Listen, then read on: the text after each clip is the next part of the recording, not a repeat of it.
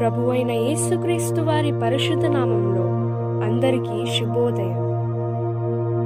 ఈరోజు దేవుని వాగ్దానం. బుద్ధి నిన్ను కాపాడును, వివేచన నీకు కావలి కాయును. సామెతలు 2వ అధ్యాయం 11వ వచనం. Today God's promise. Discretion will preserve you, understanding will keep you. Proverbs chapter 2 verse 11. आज परमेश्वर का वादा, तुझको अच्छे बुरे का बोध बचाएगा, समझ बुझ भरी बुद्धि तेरी रखवाली करेगी. नीति वचन 2వ अध्याय 11వ वचन. తండ్రి కుమార పరిశుద్ధాత్మ నామమున ఈ దినపు వాగ్దానం మీ పట్ల నెరవేరును గాక. Amen, amen, amen. God bless you. God be with you all.